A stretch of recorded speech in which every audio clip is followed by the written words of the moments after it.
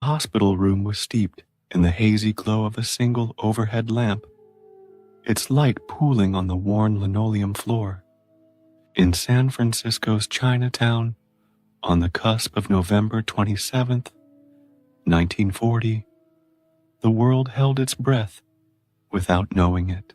The city was asleep, but in a small room at the Jackson Street Hospital, a storm was being born, a storm of flesh, spirit, and unimaginable will.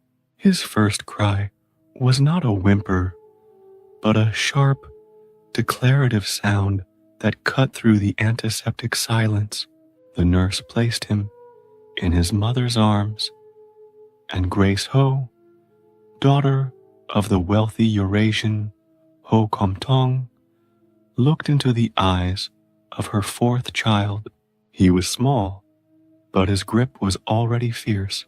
They named him Bruce, a solid American name offered by a kindly nurse, but his mother had already chosen his Chinese name, Li Junfan, Li, the protector of San Francisco.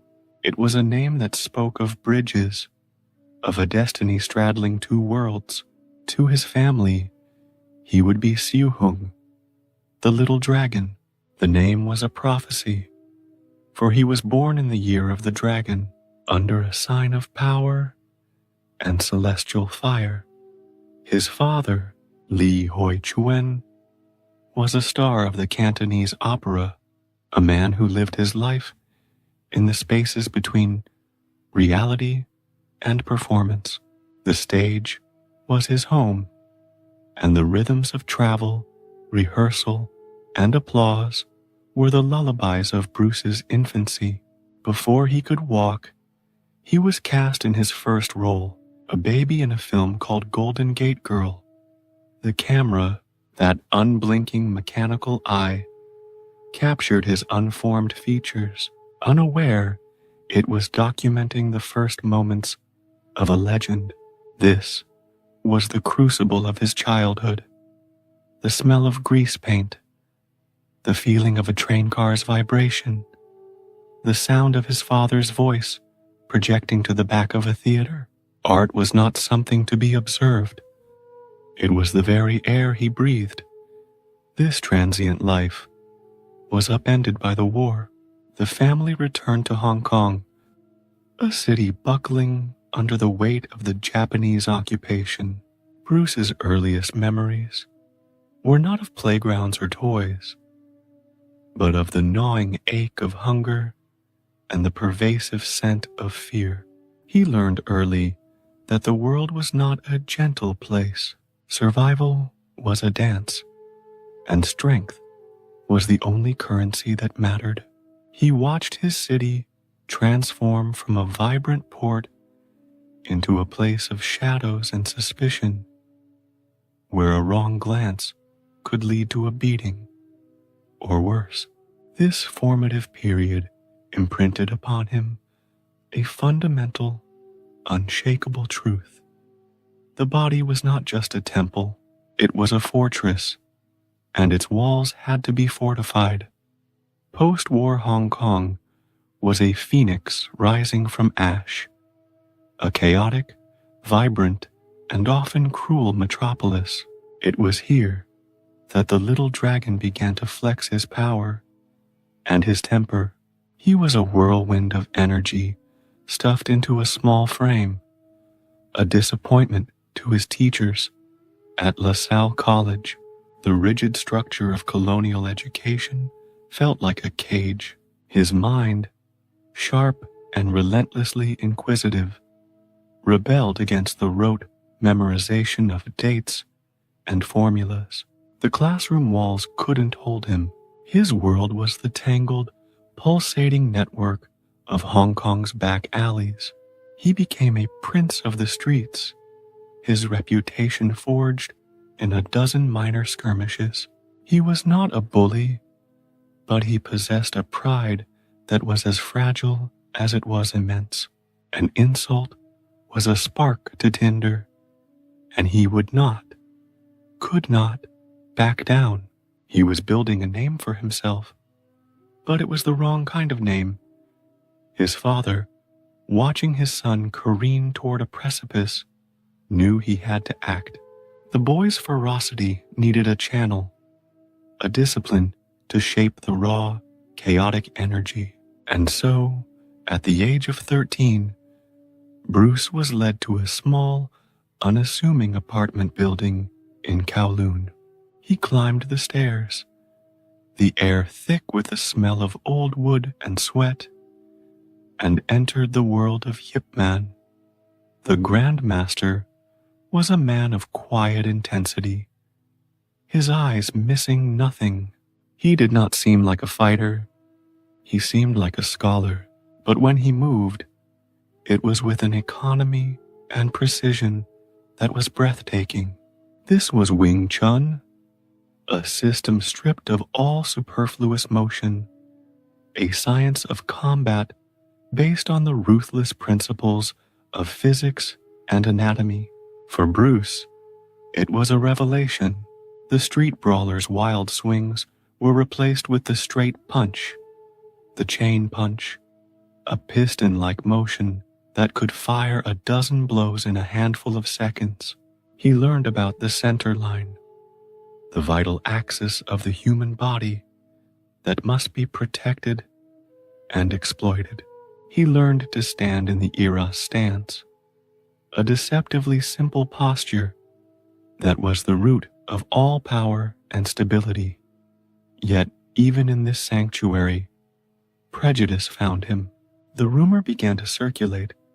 The little dragon was not pure Chinese. His mother's Eurasian blood, a fact he had never given much thought, suddenly became a mark of Cain. Some students grumbled the sacred art should not be taught to an outsider. He felt the cold shoulder, the whispered conversations that stopped when he approached. The lesson was a bitter one. Tradition could be as much a prison as a guide. It was here, in the very place that was meant to teach him harmony, that he first developed his lifelong disdain for arbitrary boundaries and blind allegiance to the old ways.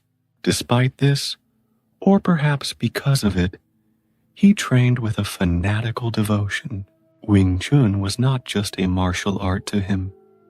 It was a key to a door he was desperate to unlock. But the pull of the streets remained. His skill in Wing Chun did not calm his temper. It merely made his fights more decisive, more dangerous. The cycle continued. School, fighting, training, and the growing anxiety of his parents. The final straw was a confrontation that escalated beyond a typical teenage scuffle. The details are murky, lost to street lore and family secrecy, but the outcome was clear. Bruce had to leave. America, the land of his birth, was to be his exile and his salvation. In the spring of 1959, an 18-year-old Bruce Lee stood on the deck of a steamship, watching the jagged skyline of Hong Kong, the only home he had ever known, recede into the mist. In his pocket was a $100 and a heart full of restless ambition. The little dragon was crossing the ocean, leaving behind the boy and sailing toward the man.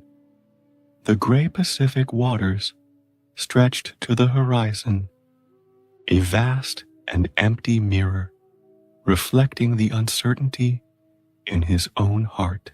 Bruce stood at the ship's rail, the salt spray stinging his face, each wave carrying him further from the familiar chaos of Hong Kong.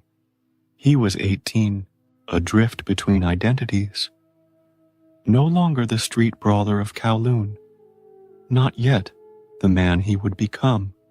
The $100 in his pocket felt like both a fortune and a pittance. He spent the long days of the voyage practicing Wing Chun forms in secluded corners of the deck, his movements sharp and precise against the rolling rhythm of the sea. He was honing his only tangible asset, the body that housed his formidable will. When the Golden Gate Bridge emerged from the San Francisco fog, it was not a welcoming sight, but a challenge. This was his birthplace, yet he was a stranger here. He found temporary refuge in Chinatown. But the closed doors and suspicious glances of the established community soon pushed him north. His destination was Seattle, where a family friend offered him room and board in exchange for work. And so, Bruce Lee, the son of a celebrated opera star, became a busboy at Ruby Chow's restaurant. He moved through the crowded dining room, a ghost in a white jacket, clearing plates and refilling water glasses. The work was menial. His hands, which could deliver a punch faster than the eye could follow, were now scrubbing dishes in soapy water. He slept in a small room above the restaurant, its walls bare, the space filled only with the sound of his own breathing and the relentless churn of his thoughts. This was the American dream, a steep and unforgiving staircase, and he was on the very bottom step. But Bruce was not a man to be defined by his circumstances. He enrolled at Edison Technical School. His mind, once rebellious against formal education, now hungry for tools. He saw knowledge as a weapon. He devoured English texts, his accent softening, his vocabulary expanding. His focus soon shifted to the University of Washington, where he signed up for classes in philosophy and drama. It was an unlikely combination, but for Bruce, it was a perfect synthesis. In the drama department, he learned the mechanics of presence, of channeling emotion into physical expression. But it was in the philosophy library that he found his true compass. He sat for hours under the green glass lampshades, surrounded by the smell of old paper and dust. He read Plato's allegory of the cave and saw a metaphor for his own break from traditional martial arts. He studied Descartes, wrestling with the separation of mind and body, a concept his Wing Chun training instinctively rejected. And then he found Jiddu Krishnamurti. The Indian philosopher's words struck him with the force of a physical blow. I maintain that truth is a pathless land, Krishnamurti wrote, urging the rejection of all organized belief, all external authority. This was it. This was the intellectual framework for the rebellion that had been simmering within him since his days in Yip Man School.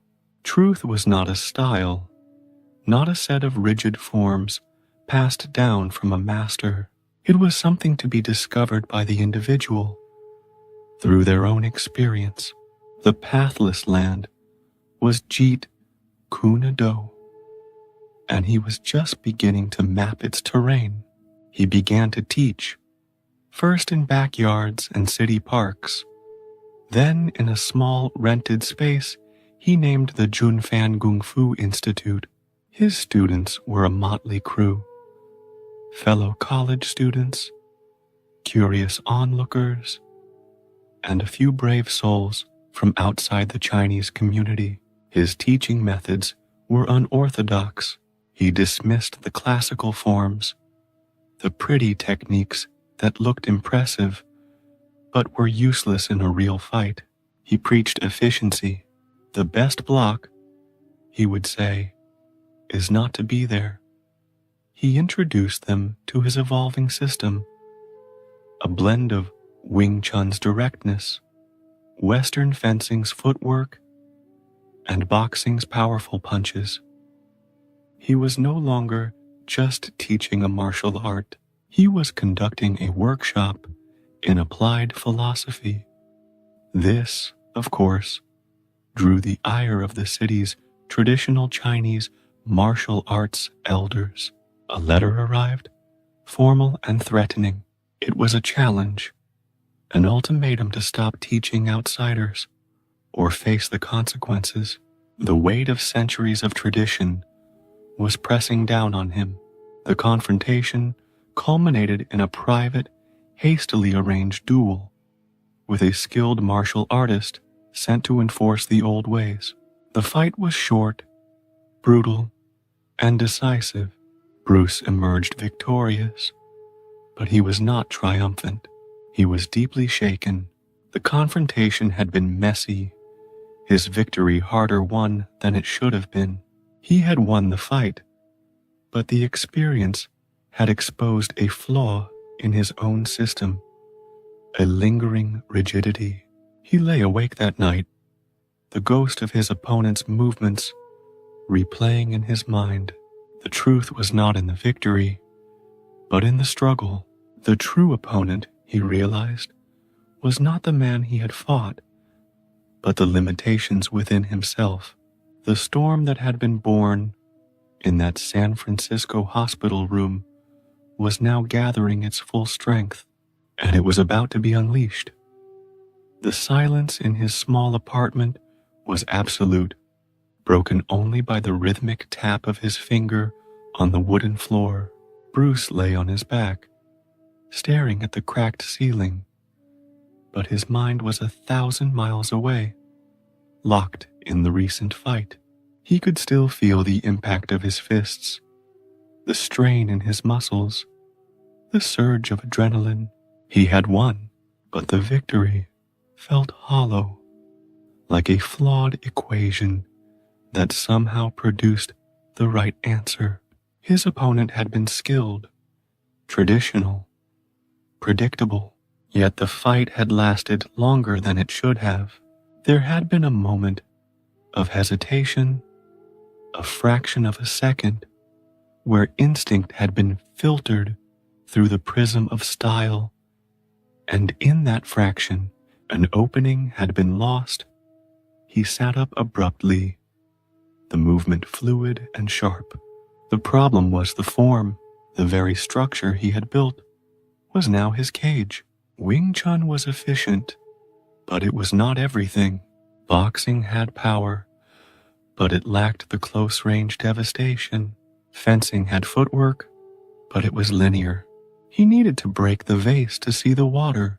The phrase from the Tao Te Ching echoed in his head.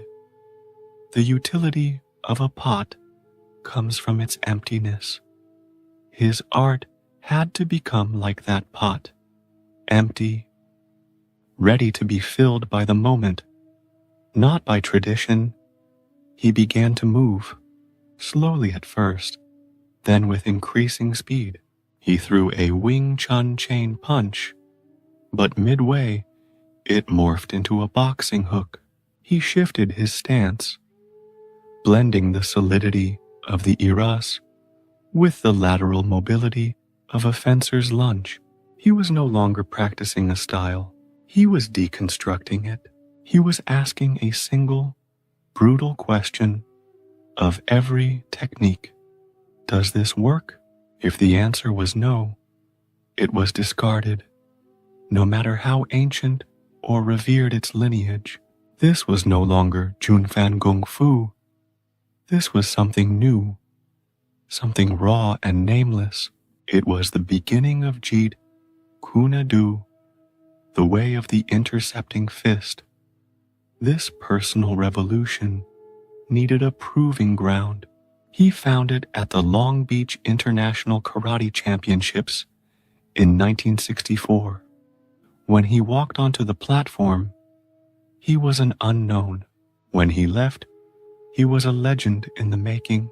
He didn't just demonstrate, he performed alchemy, turning the lead of traditional martial arts into gold. The 2-finger push-ups, the inch punch that sent a volunteer stumbling back with explosive force. These were not party tricks. They were manifestos. They were physical proof of his philosophy that the limits of the human body were defined only by the limits of the mind. The audience, a hardened crowd of martial artists, was stunned into silence, then erupted into applause. In that crowd was a man named Jay Sebring, a celebrity hairstylist with connections in Hollywood. He saw not just a fighter, but a star. The phone call came a few weeks later. It was about a television show, a new series for ABC, a campy, colorful attempt to cash in on the Batman craze. It was called The Green Hornet. The role was Kato, the valet, the driver, the sidekick. Bruce read the script, his jaw tight. The lines were minimal, the character a stereotype, the silent, efficient Oriental.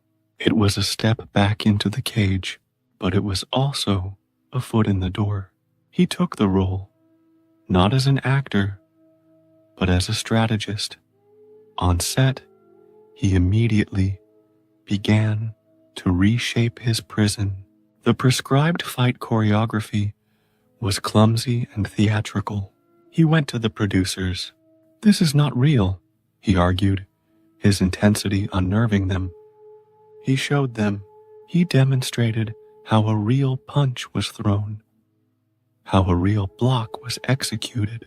He spoke of rhythm, of timing, of the honesty of combat.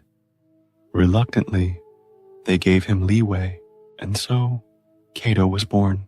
When the show aired, a strange thing happened. The Green Hornet, played by Van Williams, was the hero, but it was Kato who captured the public's imagination.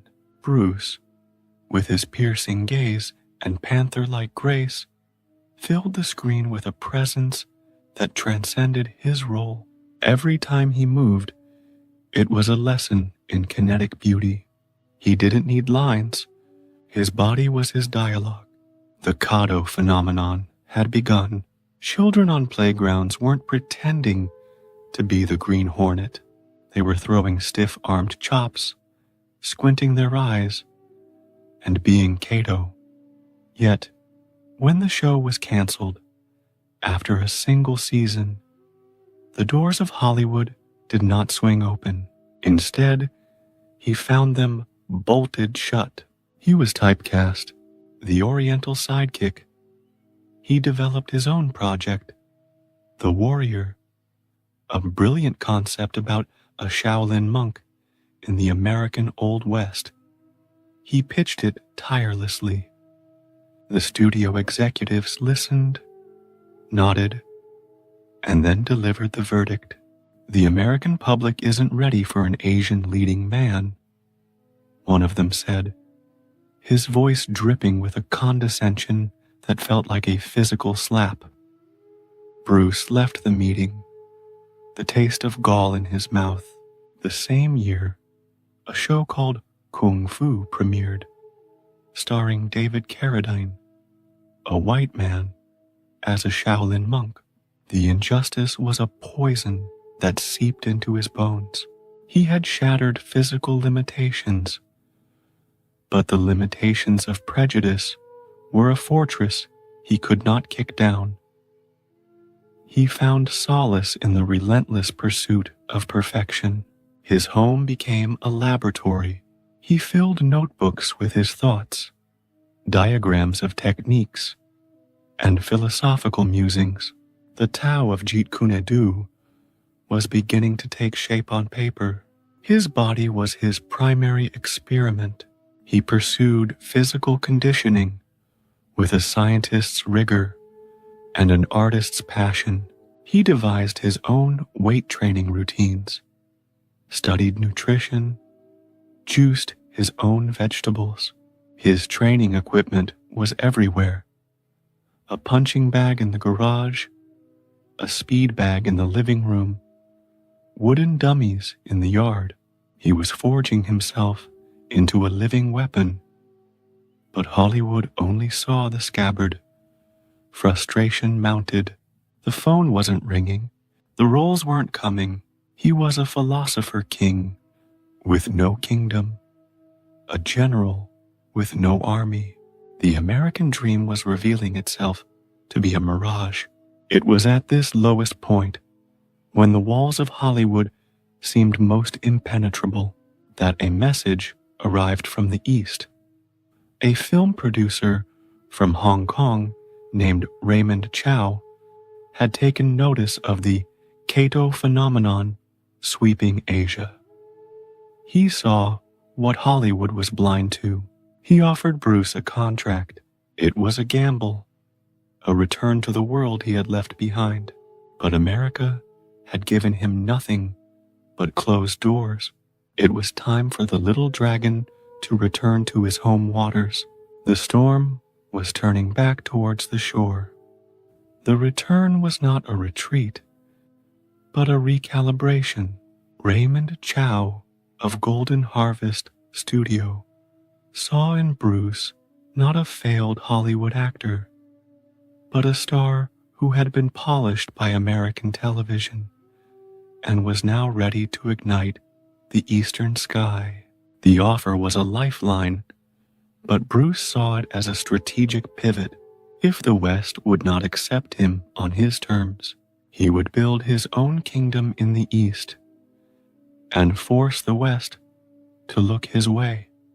His first film, The Big Boss, 1971, was shot in the sweltering heat of rural Thailand on a shoestring budget. The production was chaotic, the conditions brutal. Bruce played Chung Chao-an, a quiet country boy who vows not to fight, only to have his promise shattered by relentless injustice. The role was a canvas for his simmering intensity. When the dam of his character's restraint finally broke, the audience felt it viscerally. The fights were not the stylized dances of typical martial arts films. They were raw, explosive, and shockingly personal. He moved with a feral grace, his body a blur of controlled violence. The now iconic sequence where he slashes his arm and stares at his own blood, his eyes burning with a cold fire, was more than acting. It was a declaration. The film didn't just perform well, it detonated at the box office, shattering all previous records in Hong Kong. The Little Dragon was no longer a memory. He was a phenomenon. He followed it immediately with Fist of Fury, 1972. Here, Bruce weaponized his narrative. Set in Japanese-occupied Shanghai, he played Chen Zhen, a student avenging his murdered master. The film was a powder keg of nationalist sentiment. In the legendary scene, he confronts a sign labeling the Chinese the sick men of Asia. With a single, devastating kick, he shatters the sign and, symbolically, a century of humiliation. He wasn't just fighting Japanese villains on screen. He was fighting every stereotype, every slight, every closed door he had faced in America. The film was a cultural catharsis, and Bruce became its avatar, a symbol of defiant Chinese pride. He was no longer just a movie star. He was a hero. Now at the zenith of his power in Asia, he seized full creative control. He formed his own company, Concord Production, and embarked on Way of the Dragon, 1972. For the first time, he was writer, director, producer, and star. The film was a playful, yet potent, exploration of his own identity. He cast himself as Tang Lung, a country bumpkin from Hong Kong who travels to Rome to help a friend. He was the fish out of water, the Eastern innocent navigating the corrupt, modern West. The comedy was genuine, but the underlying message was clear. True strength and honor reside not in Western sophistication, but in Eastern simplicity and discipline. This thesis was given its ultimate expression in the film's climax. Set in the Roman Colosseum, his opponent was not a mere actor, but a real-life martial arts legend, Chuck Norris.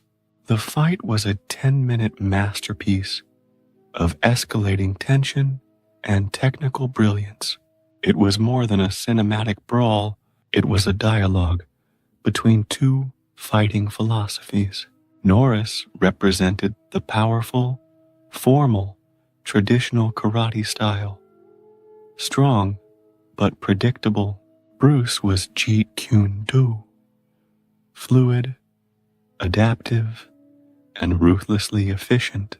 He systematically dismantled Norris's defense, using feints, broken rhythm, and explosive speed. When it was over, Bruce had not just defeated a foe on screen, he had staged a public demonstration of his revolutionary art for the world to see. Way of the Dragon was another colossal hit, proving his Midas touch was no fluke. He was the undisputed king of Hong Kong cinema, but his ambition was never to rule just one kingdom. The success paved the way for the project that was to be his global coronation, Enter the Dragon. It was the first major Hollywood-Hong Kong co-production, a big-budget spy thriller that would fuse the slickness of James Bond with the visceral power of his martial arts. For Bruce, it was vindication. Hollywood, which had once relegated him to a sidekick, was now building a film around him. He threw himself into the production, overseeing every aspect of the fight choreography, demanding perfection from himself and everyone around him. The physical and mental toll was immense. He was a vortex of creative energy, but the pressure was eroding his health. He suffered fainting spells and seizures, warning signs his body was screaming in protest. Amidst this, he was still tirelessly working on his personal magnum opus, The Game of Death. He had shot several breathtaking fight sequences, including a legendary battle with basketball great Kareem Abdul-Jabbar, a visual representation of his philosophy. The small, adaptive fighter overcoming an immense, powerful opponent. In these scenes, he wore the now iconic yellow and black jumpsuit, an image that would become eternally etched into global pop culture. On July 20th, 1973, the storm suddenly subsided. Bruce Lee died in Hong Kong at the age of a symbol of such invincible vitality be gone. Conspiracy theories bloomed like poisonous flowers. Triad hits, a curse, assassination, his relentless drive, his obsessive pursuit of physical and mental extremes had simply pushed human engine too far. Enter the Dragon was released a sensation, the highest grossing martial arts film of its time. Bruce Lee was not there to see it. He had achieved the worldwide fame he had fought for so desperately, but only in death. The legend of the Little Dragon was complete, its final tragic chapter ensuring he would never grow old, never fade, and never be forgotten. He had become eternal. The news of Bruce Lee's death on July 20th, 1973, did not simply travel, it detonated a silent shockwave that reverberated from the cramped alleyways of Hong Kong to the sprawling studios of Hollywood. In life, he had been a star. In death, he became a supernova, his light so intense it would never truly fade. The world, which had just begun to know him, was suddenly left with only his shadow and the staggering body of that now constituted his immortality. Enter the Dragon premiered in August 1973, less than a month after, each reflecting a different aspect of the man: the philosopher, the warrior, the artist, the icon. The box office records cementing his status as a global phenomenon. It was the cruelest of ironies. Hollywood had finally given him the world stage, but he was not there to take his bow. In the vacuum left by his absence, mythology rushed in. The official cause of death, cerebral edema, possibly linked to an allergic perfection.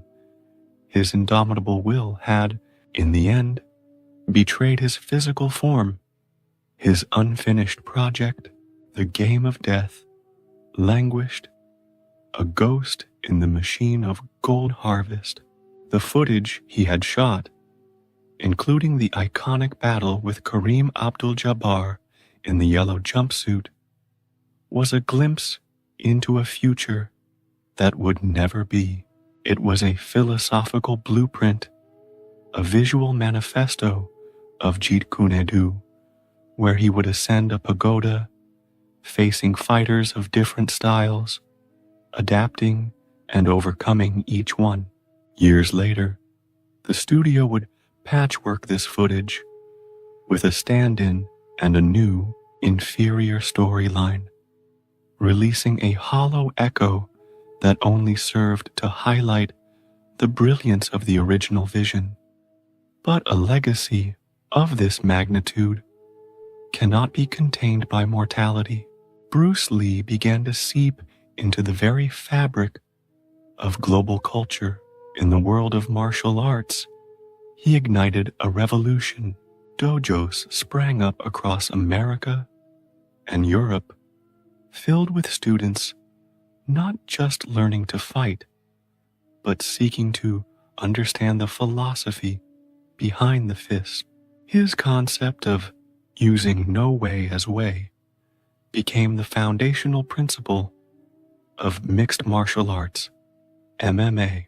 Fighters like UFC legend Anderson Silva would credit him as their inspiration. Dana White, the president of the UFC, would formally declare Bruce Lee the father of mixed martial arts.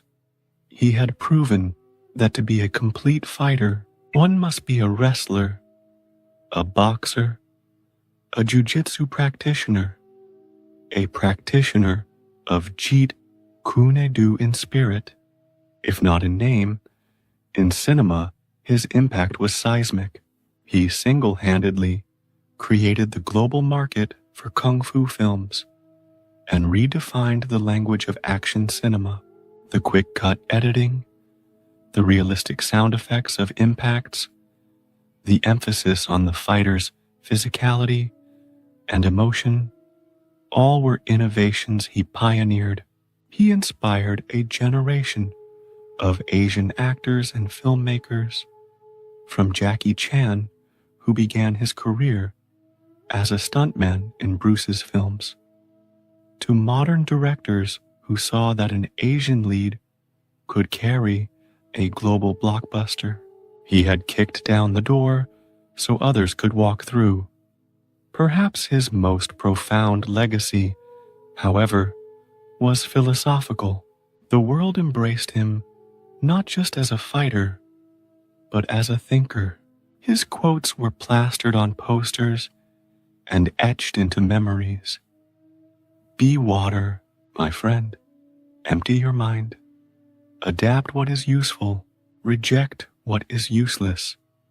He became a symbol of personal liberation, a champion of the individual against the tyranny of systems and traditions. He taught that the ultimate battle was not against an opponent in front of you, but against the limitations within you. The final, heartbreaking coda to his story came on March 31st, 1993, on the set of The Crow. His son, Brandon Lee, a rising star who had carried the weight of his father's name with grace and talent, was killed in a freak accident with a prop gun. The tragedy felt like a cruel, cosmic repetition, reinforcing the myth of a family doomed by a tragic destiny. The little dragon and his heir were both gone, their potential forever unfulfilled. Yet, Bruce Lee endures. He is more than a memory. He is a perpetual source of energy. He is in the fluid movements of a UFC fighter, in the determined eyes of an underdog, in the philosophical curiosity of a seeker. He proved that a body in motion could be a mind in revolution. He was a bridge between East and West, between mind and muscle, between the mortal and the sublime. The storm that began in a San Francisco hospital room had not dissipated. It had simply become the air we all breathe. The dragon was not dead. He had simply become the sky. The years following his death were not a period of quiet mourning, but of explosive, global canonization. Bruce Lee had achieved in absence what he had fought for so fiercely in life: absolute, uncompromising recognition. He was no longer just a film star. He was a global icon, a symbol, a philosophy. His image, the muscular torso, the intense gaze, the nunchaku in motion, became one of the most recognizable on the planet. Etched onto t-shirts, posters, and the collective consciousness of a generation. This posthumous life was fueled by the very medium he had mastered. The VHS revolution of the 1980s placed his films in living rooms across America and Europe, introducing his genius to a new, hungry audience. Young boys who had missed his initial rise could now rewind and pause his fights, studying the impossible speed of his kicks, the economy of his movements. He became a permanent fixture on television screens, a guest in millions of homes, his philosophy seeping into the minds of those who may have never thrown a punch in their lives. His writings, once private notes and training logs, were painstakingly compiled by his wife Linda and researcher John Little. The publication of The Tao of Jeet Kune Do was a seismic event. It was not a traditional martial arts manual, but a stream of consciousness from a brilliant mind, a chaotic, brilliant collage of techniques, philosophical musings, sketches, and poetry. Readers found not just instructions on how to throw a punch, but on how to live a life. It was a manifesto for personal freedom, urging the reader to research your own experience, absorb what is useful, reject what is useless, add what is essentially your own. The book became a Bible for artists, entrepreneurs, and seekers, transcending the world of martial arts to become a classic of self-actualization. The philosophical core of his message, "Be water," resonated with a profound universality. It was a call for adaptability, resilience, and formless potential. Activists used it as a metaphor for peaceful resistance. Business leaders applied it to corporate strategy. Artists saw in it the essence of creativity. The three-word phrase distilled the wisdom of the Tao Te Ching into a modern, actionable mantra. He had taken ancient Eastern philosophy, filtered it through his Western education, and delivered it to the world in a form that was instantly accessible and endlessly profound. In the realm of physical culture, his influence only deepened. The fitness routines he pioneered, detailed in books like The Art of Expressing the Human Body, were decades ahead of their time. His focus on functional strength, cardiovascular endurance, and flexibility over mere bodybuilding aesthetics prefigured the modern cross-training movement. He was an evangelist for nutrition, understanding the direct link between fuel and performance.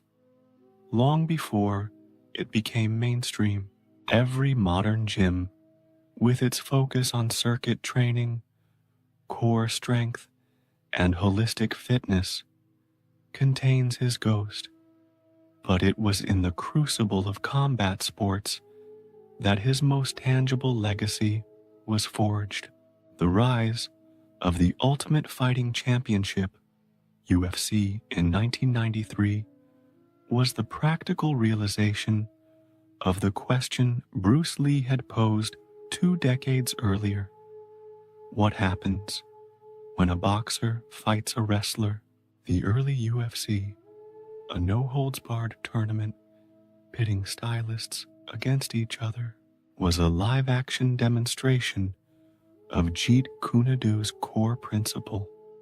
There is no single best style, only the most effective tools for the situation. Royce Gracie's victory in the first tournaments using Brazilian Jiu-Jitsu was a perfect example of Lee's philosophy.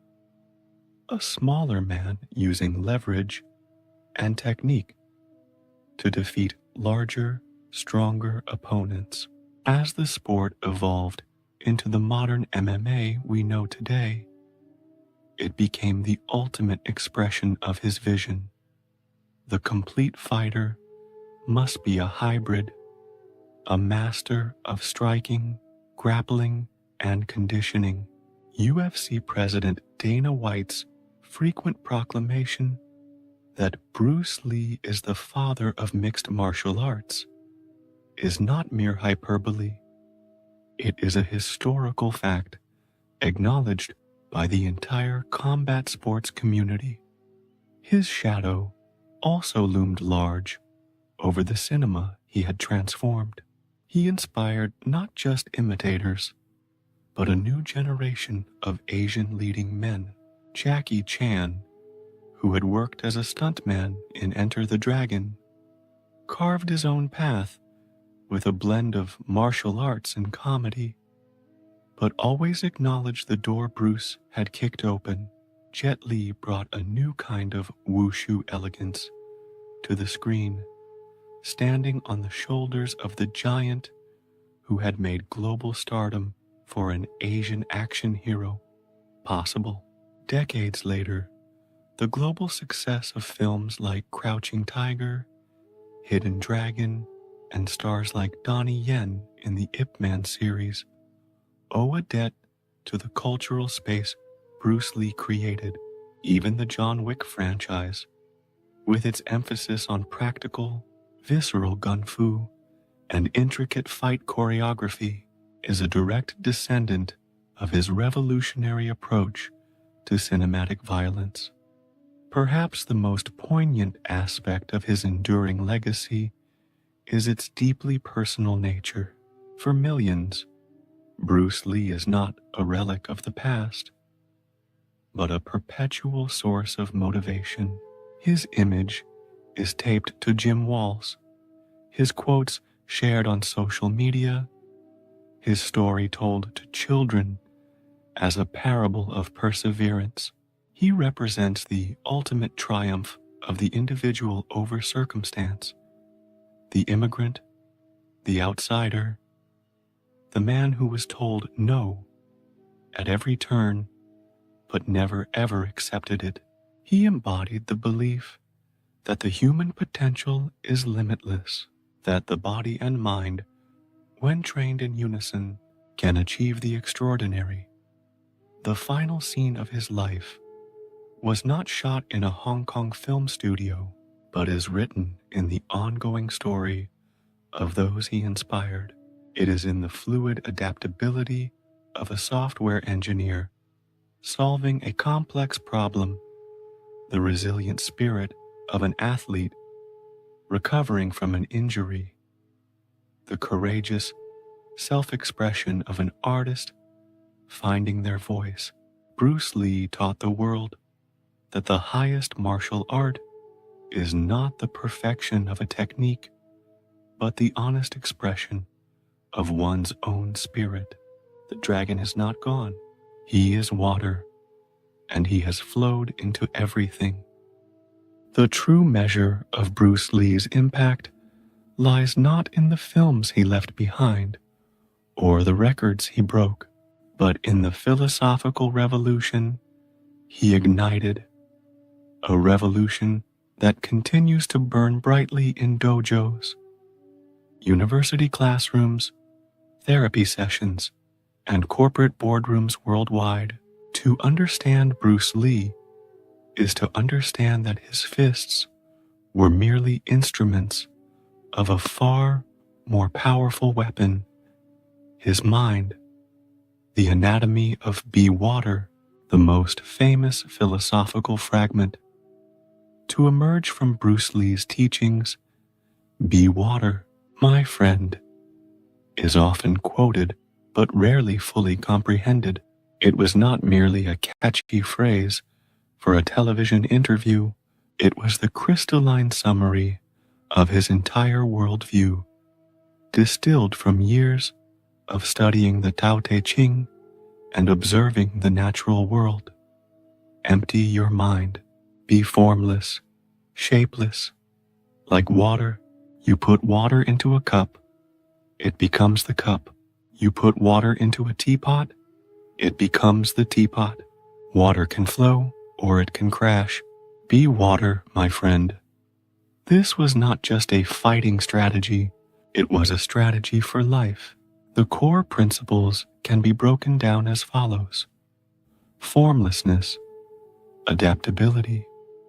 Water has no ego. It does not insist on being a river when it needs to be a droplet.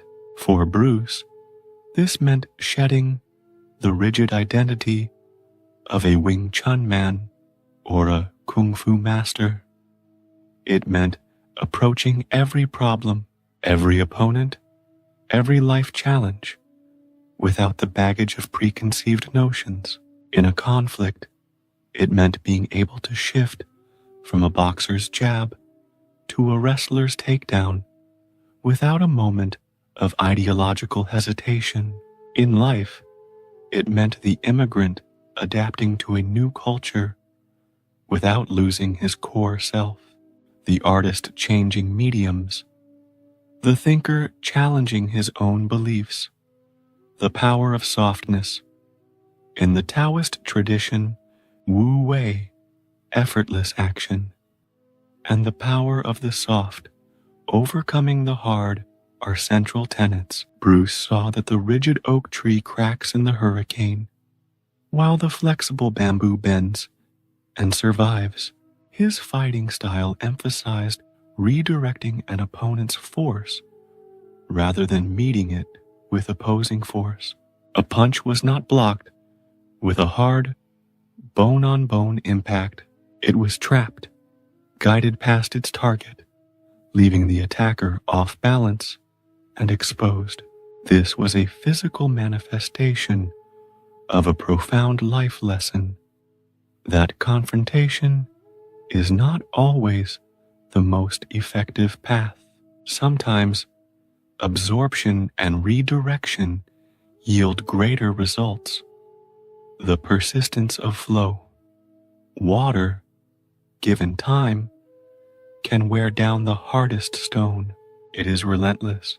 It always finds a way.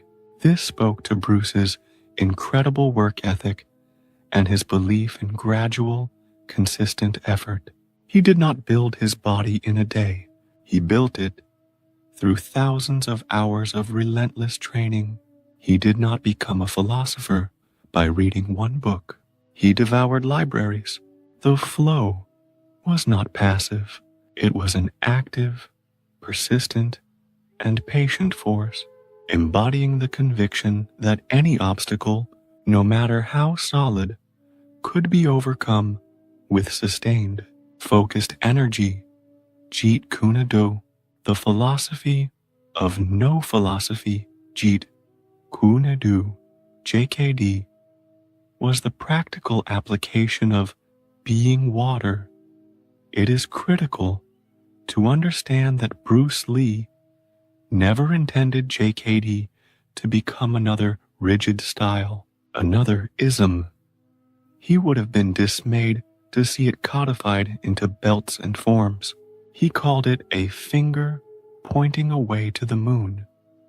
Warning, don't concentrate on the finger, or you will miss all that heavenly glory. The core of JKD's philosophy is liberation, rejection of classical mess. Bruce saw traditional martial arts as having become trapped in their own rituals. They were patternized responses that failed in the chaotic, unpredictable reality of a live encounter. He compared them to a man who, having spent years studying a single prescription, tries to apply it to every patient, regardless of their illness. JKD was to be the ultimate in personalized medicine for the soul and body. The 3 stages of cultivation. Bruce outlined a path to this liberation. The stage of innocence. The beginner has no technique, only a natural, untrained reaction. The stage of artifice. The student learns countless techniques, forms, and rules. This is necessary, but dangerous, as it can lead to a mind full of classical curse, where the practitioner is thinking about the technique instead of simply reacting. The stage of spontaneity, or awakening. The practitioner returns to the first stage, but with a crucial difference. Having mastered the techniques, he transcends them. He is no longer thinking about punching. He is the punch. This is the stage of it hitting itself. Honest self-expression. This was the ultimate goal. For Bruce, fighting was a form of communication, the most honest form, because there was no room for deception. When you are fighting, he said, you are not fighting to be number 1, to be a champion. You are fighting to express yourself. This principle extended to all of life, art, business, love. All were arenas for honest self-expression. The greatest sin, in his view, was to live a life based on someone else's expectations, to wear a mask that did not reflect one's true face. The synthesis of East and West Bruce Lee was a unique bridge between cultural and intellectual traditions. His philosophy was a hybrid engine, powered by both Eastern and Western fuel. From the East, he drew deeply from Taoism's emphasis on naturalness and effortless action, Zen's focus on direct, immediate experience beyond words and logic, and the Buddhist concept of non-attachment. In his case, non-attachment to style and technique. From the West, his university studies introduced him to the Socratic method of questioning everything. From the pragmatism of John Dewey, he took the idea that the truth of an idea is in its practical consequences. Does a technique work? That is its only validation. But his greatest Western influence was Jiddu Krishnamurti, whose lectures on freedom from the known, from authority, and from the conditioned mind resonated perfectly with Bruce's own rebellion against martial arts tradition. Krishnamurti's statement, "You are the world, and the world is you," echoed Bruce's belief that the ultimate opponent was the self. This synthesis made his philosophy universally accessible. It was not an exotic, impenetrable Eastern mystery, nor a cold, rational Western system. It was a human philosophy, applicable to anyone, anywhere, struggling to find their authentic voice in a world full of noise and rules. The living legacy. More than a memory, Bruce Lee died at 32, but the philosophical seed he planted has grown into a vast, sheltering tree. His legacy is not preserved in amber, it is a living, breathing force. He is present in the therapist's office when a patient is encouraged to be water in the face of life's changes. He is in the business school lecture where a professor uses JKD's principle of absorb what is useful to discuss agile management strategies. He is in the artist's studio where the fear of the blank canvas is overcome by the drive for honest self-expression. His physical legacy, the body he forged, remains a timeless ideal, not of brute mass, but of harmonious, functional power, a testament to the unity of mind and muscle. The global fitness movement, with its emphasis on cross-training, functional movement, and holistic health, follows a path he blazed decades ago. Most powerfully, Bruce Lee endures as a symbol of empowerment for the marginalized. He was the Asian man who refused to be a sidekick, who stared down the camera with unapologetic confidence and redefined masculinity on his own terms. For generations of Asians and other minorities, he was living proof that they could be the hero of their own story. The final, most profound lesson of Bruce Lee's life is that the ultimate victory is not over an external opponent, but over the limitations we impose upon ourselves, the chains of tradition, the walls of prejudice, the prisons of our own fear. These were the enemies he dedicated his life to destroying. He taught us that the human spirit, like water, is ultimately uncontainable. It may be dammed or diverted for a time, but its nature is to flow, to adapt, and when necessary, to crash through with irresistible force. He was the little dragon who became the ocean, and his waves are still washing upon the shores of our world, reminding us to empty our minds, be formless, and be free. The hospital room was steeped in the hazy glow of a